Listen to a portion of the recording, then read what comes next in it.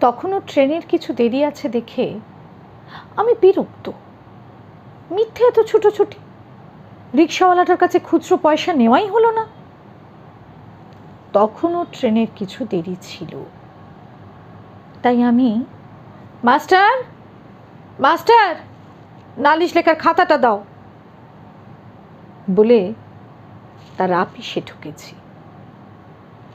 বিশাল খাতার মধ্যে দ্রুত লিখে ফেলি, কেন যে ট্রেনেরা রোজ দেরি করে আসে, ক্ষতি হয়। শুধু এই শূন্য গ্যালারির মতো রুল টানা প্রকাণ্ড কাগজ, অথচ এসেছে মাত্র কটি মৃদু কথা এক কোণে। ক্ষতি হয় ভেবে একটু লজ্জিত হলাম।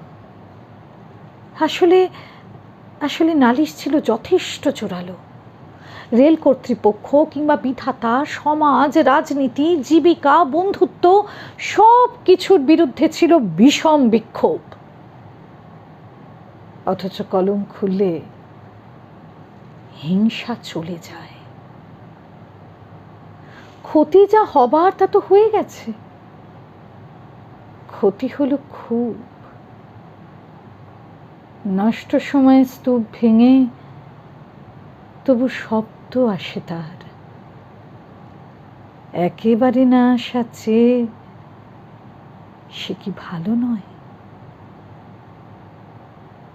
বিশাল খাতাটা পড়ে থাকে। দেরি করে যে এসেছে, ইচ্ছে করে ভালোবাসি তাকে।